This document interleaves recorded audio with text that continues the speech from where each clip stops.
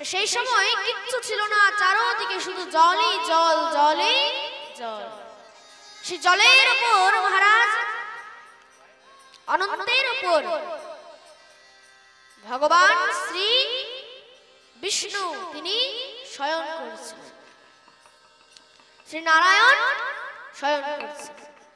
এবার হঠাৎ তার ইচ্ছা হলো যে কিছু আনন্দ করা যাক, কিছু আনন্দ করা যাক। আনন্দ কিভাবে করবে? আনন্দ তো এবার একা একা সম্ভব নয়, তাহলে কিভাবে করবে? এখানে বলছেন তাহলে আমাকে একাই তো আনন্দ করা যাবে না, একটু কিছু সৃষ্টি করতে হবে। কেন? মনে রাখবে, নিজের মুখ দেখার জন্য কিন্তু আয়নার প্রয়োজন হয়। শাস্ত্র বলছে দর্পণ ছাড়া, দর্পণের মধ্যে দেখে যদি আপনি মাধুরী আস্বাদিতে ধরে মন, আস্বাদিতে নাই। যদি নিজের মুখ দেখতে হয় তাও কিন্তু একটা আয়নার প্রয়োজন রয়েছে। দর্পণ ছাড়া, আয়না ছাড়া নিজের মুখও দেখা যাবে না। তাহলে সৃষ্টি করতে হবে। ভগবান কি করলেন? সর্বপ্রথম মায়ার সৃষ্টি করলেন। কার সৃষ্টি করলেন? মায়া। মায়াকে দেখুন, মায়া অন্য কেউ নয়, মায়া হচ্ছে শ্রীমতী রাধা রানী। আমরা বলি না যোগমায়া, তো মায়া অন্য কেউ নয়, রাধা রানীর অঙ্গভূতা হলেন মায়া। এবং দেবী ভাগবতের মধ্যে এই মায়ার কিন্তু অনেক উৎপত্তি করা হয়েছে।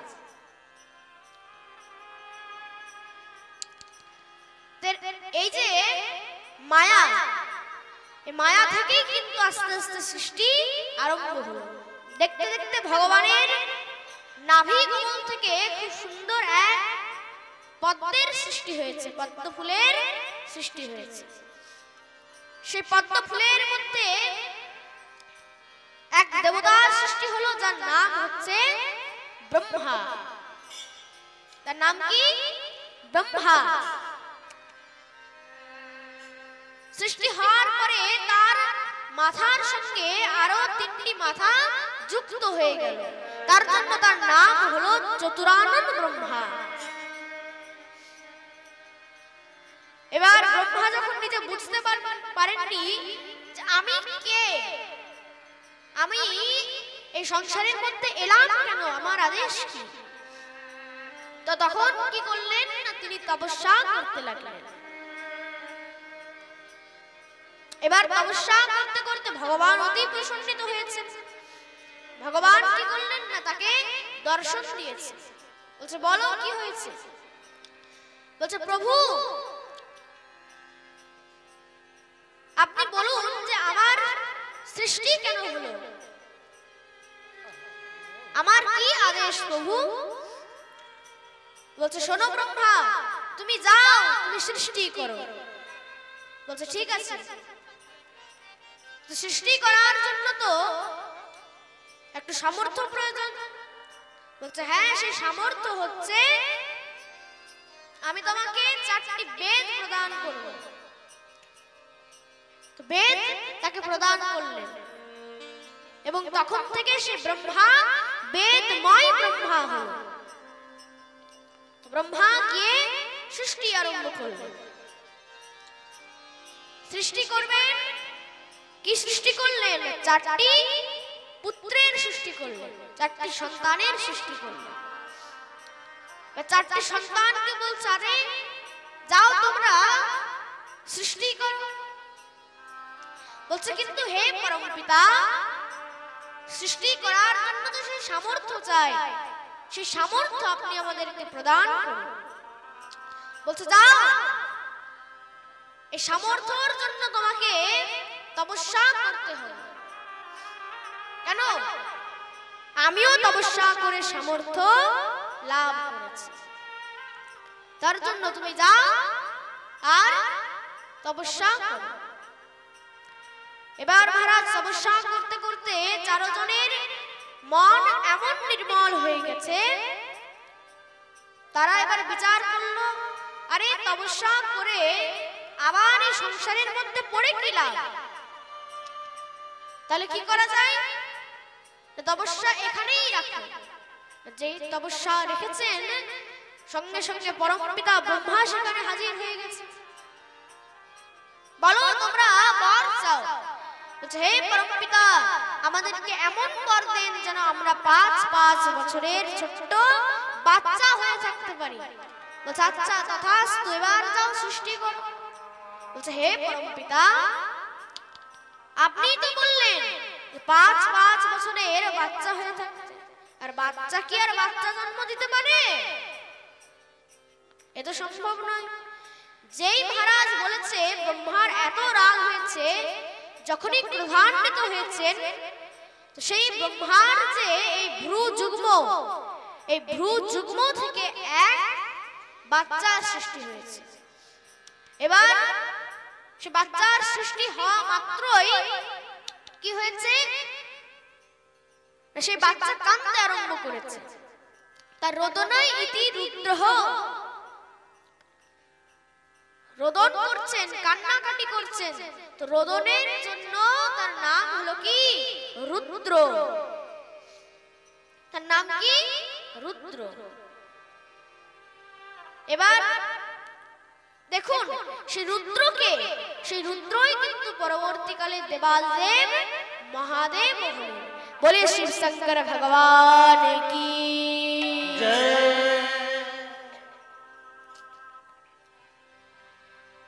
দেবাদিদেব মহাদেব হলেন। এবার দেবাদিদেব মহাদেবকে যখন বলেছেন আরে যাও তুমি তো সৃষ্টি করো, বলছে প্রভু সৃষ্টি কিভাবে করব? বলছে কেন? সৃষ্টি জন্য সামর্থ্য চাই। বলছে ঠিক আছে, সামর্থ্য ব্রহ্মা তাকে প্রদান করলেন। এবার বলছে যাও সৃষ্টি করো। এবার মহারাজ দেবাদিদেব মহাদেব এমন সৃষ্টি করতে লাগলেন, সব ভূত প্রেত পিশাচ ডাকিনী যোগিনী পিশাচিনী এইসব সৃষ্টি করলেন। এমন সব সৃষ্টি দেখে তো মহারাজ ব্রহ্মা ভয় খেয়ে গেলেন। আরে এ কেমন সৃষ্টি? এরকম সৃষ্টি তো আমি প্রথমবার দেখছি। আরে বন্ধ করো এইসব। কেন? এখন কোন মানুষের সৃষ্টি হলো না, পশু পাখির সৃষ্টি হলো না, গাছপালার সৃষ্টি হলো না, দেবতাদের সৃষ্টি হলো না, আর তার আগে ভূত প্রেত পিশাচ। বন্ধ করো এইসব। বলছে কিন্তু হে পরম পিতা, আমাকে তো এগুলোকে নিয়েই থাকতে ভালো লাগে। বলছে ঠিক আছে যাও, তুমি এগুলোকে নিয়ে আলাদা থাকো। তার জন্য মনে রাখবে এই ভূত প্রেত পিশাচ ডাকিনী যোগিনী পিশাচিনী এরা কিন্তু হচ্ছে মহাদেবের গণ। এরা হলো রুদ্রগণ। তো ব্রহ্মা দেখলেন এই সৃষ্টি কিভাবে আগে বাড়ানো যায়। তো এবার সংকল্প করে আরো 10টি পুত্রের জন্ম দিলেন। 10টি পুত্র কে কে? বলছে মরিচি, অত্রি, অঙ্গিরা, পুলস্ত, পুলহ, ক্রতু, ভৃগু, অথর্বাণ, দক্ষ এবং নারদ। এদেরকে বললেন যাও তোমরা সৃষ্টি করো। তার মধ্যে নারদ বলছে হে পরম পিতা, আমি ভজন করতে চাই। বলছে আচ্ছা ঠিক আছে যাও তুমি ভজন করো। এবার বাকি 9টি পুত্রকে বললেন যাও তোমরা সৃষ্টি করো। তো তখন তারা কি বললেন? বলছে দেখুন পরম পিতা, যতক্ষণ পর্যন্ত না নরের সঙ্গে প্রকৃতির মিলন হয় ততক্ষণ পর্যন্ত সৃষ্টি করা যাবে না। প্রকৃতি কাকে বলা হয়েছে? প্রকৃতি বলছে নারীকে যতক্ষণ পর্যন্ত নরের সঙ্গে নারীর মিলন হবে না ততক্ষণ পর্যন্ত সৃষ্টি আরম্ভ করা যাবে না। কেন বলছে? এই নারী হচ্ছে ধাত্রী, নারীকে ধাত্রী। যদি নারী না হয়, প্রকৃতি না হয়, তাহলে সৃষ্টিকে ধারণ কে করবে? তার জন্য প্রকৃতির সৃষ্টি করতে হবে। ব্রহ্মা কি করলেন? না নিজের শরীরকে দুটি ভাগ করে দিলেন। এক ভাগ থেকে এক পুরুষের সৃষ্টি হলো, আরেক ভাগ থেকে আরেক নারীর সৃষ্টি হলো। সেই পুরুষের নাম কি? সেই পুরুষটির নাম হলো মনু এবং সেই স্ত্রীটির নাম হচ্ছেন শতরূপা। এবার তাদেরকে বললেন, আরে যাও তোমরা সৃষ্টি করো। তো মনু এবং শতরূপা দ্বারা এবার আস্তে আস্তে সৃষ্টি হতে লাগলো। মনে রাখবে, মনুর যেহেতু আমরা সন্তান, আমরা কার সন্তান? আমরা হচ্ছে সেই মনু এবং শতরূপার সন্তান। তো মনুর সন্তান হওয়ার জন্য আমাদের নাম হলো কি? মনুষ্য। এই নাম হয়েছে। এবার মনু এবং শতরূপা আস্তে আস্তে সৃষ্টি করলেন। দেখতে দেখতে তাদের থেকে 5টি সন্তানের সৃষ্টি হয়েছে। 5টি সন্তানের মধ্যে 3টি কন্যা এবং 2টি পুত্র। 3টি কন্যা এবং 2টি পুত্র। সে 3টি কন্যা কে কে? 3টি কন্যা হচ্ছে দেবহূতি, আকুতি এবং প্রসূতি। আর 2টি পুত্রকে? 2টি পুত্র হলেন উত্থানপাদ এবং প্রিয়ব্রত।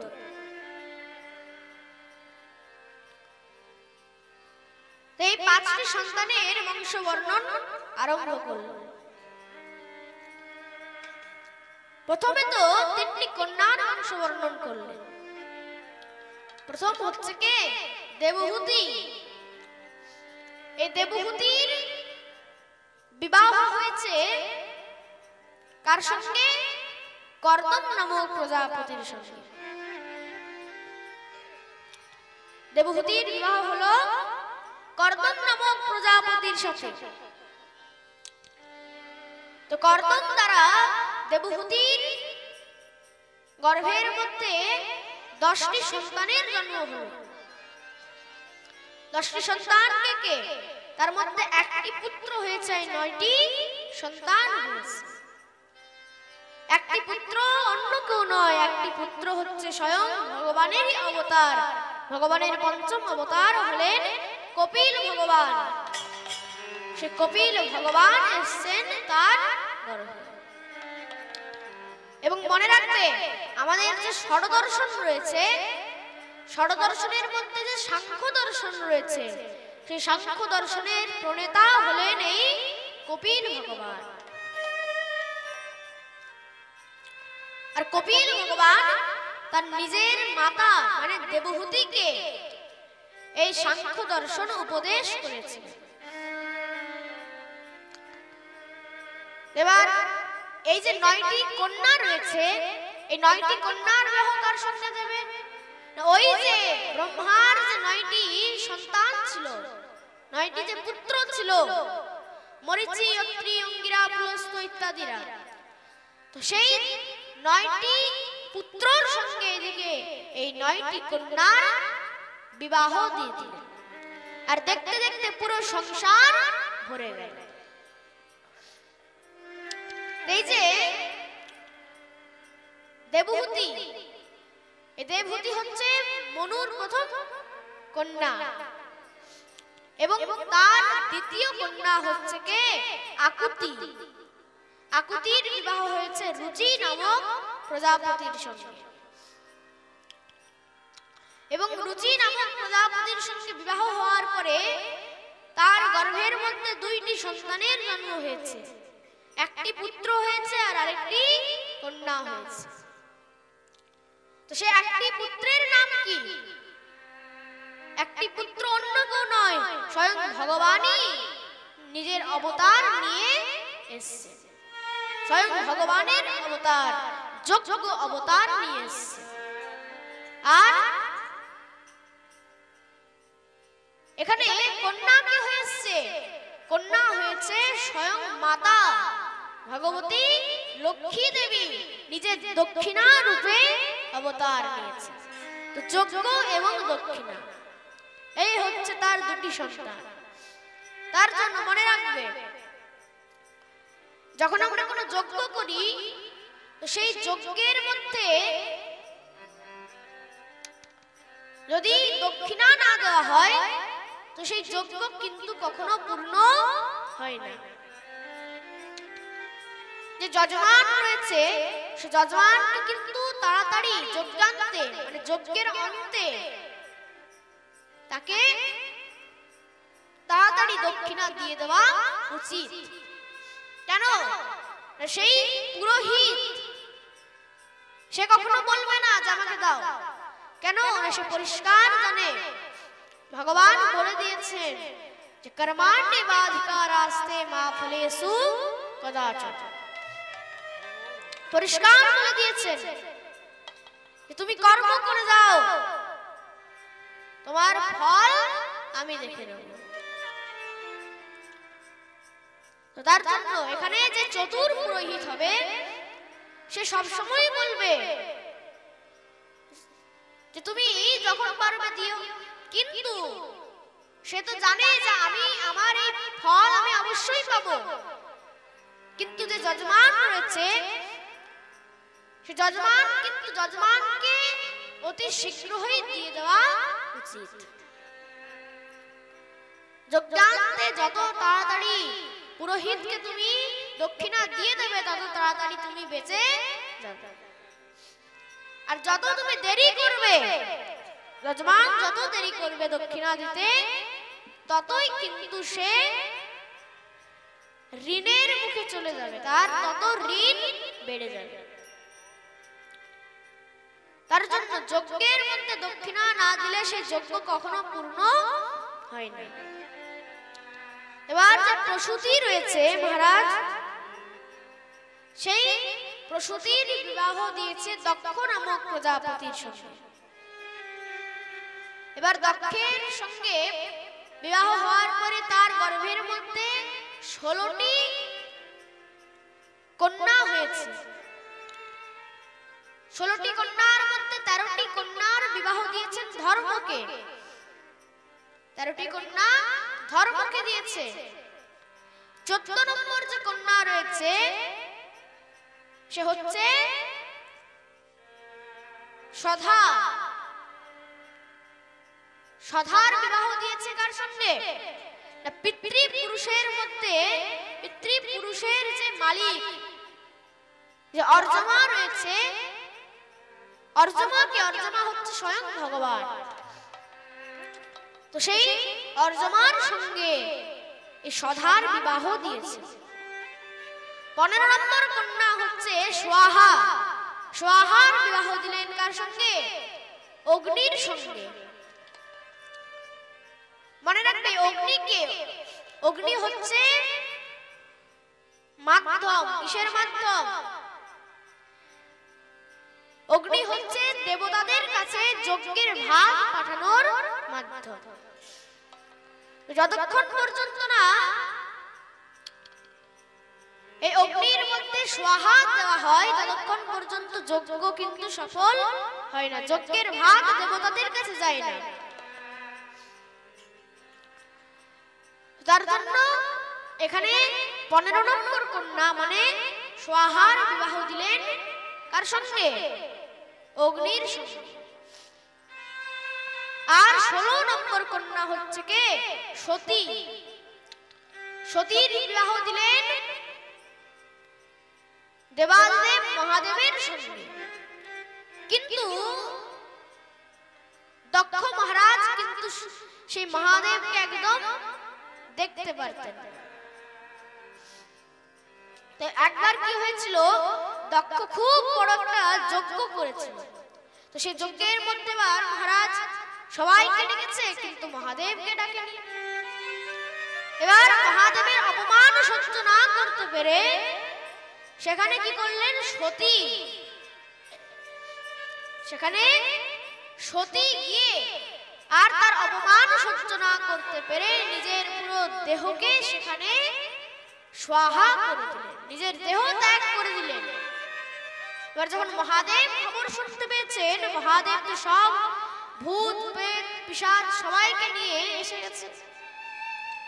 দেখতে দেখতে পুরো যজ্ঞ, দক্ষের পুরো যজ্ঞকে একদম ভস্ম করে দিল। বীরভদ্রকে উৎপন্ন করেছে।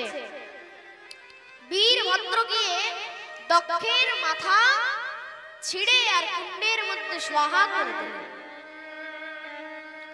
কুণ্ডের মধ্যে স্বাহা করে দিয়েছে। এবার সতীর যে দেহটা ছিল, সতীর দেহকে নিয়ে নাচানাচি আরম্ভ করেছে, তাণ্ডব নৃত্য আরম্ভ করে দিয়েছে। তাণ্ডব নৃত্য করছেন মহারাজ। এদিকে সব দেবতাগণ মিলে ভয় খেয়ে গেছে, কেন সৃষ্টি তো ধ্বংস হচ্ছে। কি করলেন, ভগবানের কাছে গিয়েছে। ভগবান বলছে ঠিক আছে, চিন্তা করো না, আমি আছি। সঙ্গে সঙ্গে ভগবান নিজের সুদর্শন চক্রকে পাঠিয়ে দিলেন, আর সুদর্শন গিয়ে সেই সতীর ছোট ছোট খণ্ড করে দিলেন।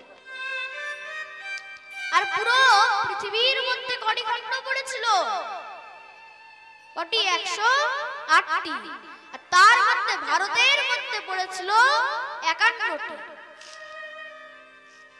ভারতের মধ্যে 51টি পড়েছিল। আর সেই যে খণ্ড পড়েছিল, সে খণ্ডগুলোকে কিন্তু এক একটি করে শক্তিপীঠ বলা হয়েছে। কি বলা হয়েছে, শক্তিপীঠ বলা হয়েছে। এই ভারতের মধ্যে যে 51টি শক্তিপীঠ রয়েছে, সেগুলো আমাদের জানার মধ্যে রয়েছে। আর যেগুলো ভারতের বাইরে রয়েছে, সেগুলো কিন্তু আমাদের জানার মধ্যে নেই। এবার দেবরাজ ইন্দ্র তো তিনি প্রচুর ভয় খেয়ে গিয়েছেন। এবার কি করা যায়, মহাদেব তো তপস্যার মধ্যে বসে গিয়েছে। কার তপস্যা করছেন, সেই সতীর তপস্যা করছেন। আর সেই সতীর তপস্যা করতে করতে আবার সেই সতী কিন্তু পর্বতরাজ হিমালয়ের ঘরে সেখানে জন্ম নিয়েছেন। যেহেতু পর্বতরাজের কন্যা, তার জন্য তার নাম হলো পার্বতী। বলিয়ে পার্বতী মাইয়া কি জয়। তো সেই মাতা পার্বতী আবার গিয়ে দেবাদিদেব মহাদেবের সঙ্গে বিবাহ করলেন, আবার মহাদেবের সঙ্গেই থাকলেন। এইভাবে সেই 3টি কন্যা দেবহূতি, আকুতি এবং প্রসূতির বংশবর্ণন শ্রবণ করালেন। এবার কি করলেন, 2টি পুত্রের বংশবর্ণন শ্রবণ করালেন। 2টি পুত্রকে কে বলছে, উত্থানপাদ এবং প্রিয়ব্রত। উত্থানপাদ এবং প্রিয়ব্রত। এই উত্থানপাদকে মনে রাখবে, এই যে প্রিয়ব্রত রয়েছে, এই প্রিয়ব্রত কিন্তু প্রথমেই নিজের সমস্ত রাজবাট সব তার ছোট ভাই উত্থানপাদকে দিয়ে আর চলে গিয়েছেন, ভজন করতে গিয়েছে। কোথায়, জঙ্গলের মধ্যে। জঙ্গলের মধ্যে ভজন করছেন। এদিকে যে উত্থানপাদ ছিল, সে উত্থানপাদ কিন্তু মহারাজ বিবাহ করলেন। কার সঙ্গে, উত্থানপাদ এক কন্যার সঙ্গে বিবাহ করলেন, যার নাম হচ্ছে সুনীতি। সুনীতির সঙ্গে বিবাহ করার পরে মহারাজ তার কিন্তু কোনো সন্তান হয়নি বলে সে আরেক কিন্তু বিবাহ করলেন এবং তার নাম কি? তার নাম হচ্ছে সুরুচি। তো সেই সুরুচির গর্ভ থেকে খুব সুন্দর একটা পুত্র হয়েছে। তার নাম কি হয়েছে? তার নাম হলো উত্তম। আর কিছুদিন পরে আবার জানা গেল যে হ্যাঁ, সেই সুনীতির গর্ভের মধ্যেও কিন্তু এক সন্তান আছে, এক সন্তান রয়েছে। এবার মহারাজ সেই সন্তানের দেখতে দেখতে জন্ম হয়েছে এবং সেই পুত্রের নাম কি হলো? সে পুত্রের নাম হচ্ছে ধ্রুব। বলে ধ্রুবজি মহারাজ কি জয়। তার নাম হলো ধ্রুব। এবার ধ্রুবের জন্ম হয়েছে অনেকদিন পরে, তারা দুজনেই বড় হয়ে গেছে। এবার একদিন ধ্রুব দেখছে ছোট ভাই উত্তম সে পিতার কোলের মধ্যে খেলছে। যখনই দেখেছে সে মনে মনে চিন্তা করলো, আরে এরা তো আমারও পুত্র। সে মনে মনে চিন্তা করলো, এটা তো আমারও পিতা, কি করা যায়, চলো। এবার মহারাজ গিয়েছেন উত্থানবাদীর কাছে, বাবা বাবা বাবা আমাকেও কোলে না, আমাকেও কোলে না। কিন্তু এবার সে তো আর জানে যদি আমি তাকে কোলে নিই তাহলে কি হবে, তাহলে আমার স্ত্রী সুরুচি তো অনেক রেগে যাবে। তাহলে কি করা যায়, তাহলে একে কোলের মধ্যে নেওয়া যাবে। কিন্তু কতক্ষণ এত অনুনয় বিনয় করার পরে উত্থানপাদও আর থাকতে পারলেন। সেও শেষে ধ্রুবজি মহারাজকে তার কোলের মধ্যে নিয়ে নিলেন। এবার যখন দূর থেকে মহারাজ সুরুচি দেখেছে, সুরুচি তো দেখছে ওহো, তাহলে এই ধ্রুব আজকে মহারাজের কোলে চেপেছে। আজকে যদি মহারাজের কোলে যাবে তাহলে তো কালকে নিশ্চয়ই রাজগদ্দিতে বসবে, আর কালকে যদি রাজগদ্দিতে বসে যায় সে তো হয়ে যাবে রাজা, আর তার ছোট ভাই মানে উত্তম সে হয়ে যাবে দাস, আর দাসের মা আমি দাসী। না না না, এদিন আসতেই দেব না। দৌড়ে গিয়ে ধ্রুবকে তার পিতার কোল থেকে নামিয়ে দিয়েছে। এবার ধ্রুবজি মহারাজ তার মাতাকে বলছে, হে বিমাতা, আমার কি কোনো অপরাধ হয়েছে, আমার কি কোনো ভুল হয়েছে? আরে তোর এত বড় দুঃসাহস যে তুই মহারাজের কোলে বসেছিস,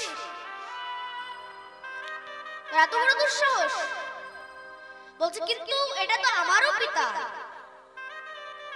বলছে মনে রাখবি, তুই মহারাজের কোলে সেদিন বসতে পারবি যেদিন তুই ভগবানের তপস্যা করে, যেদিন তুই ভগবানের তপস্যা করে আমার গর্ভ থেকে জন্ম নিবি, সেই দিন তুই তোর নিজের পিতার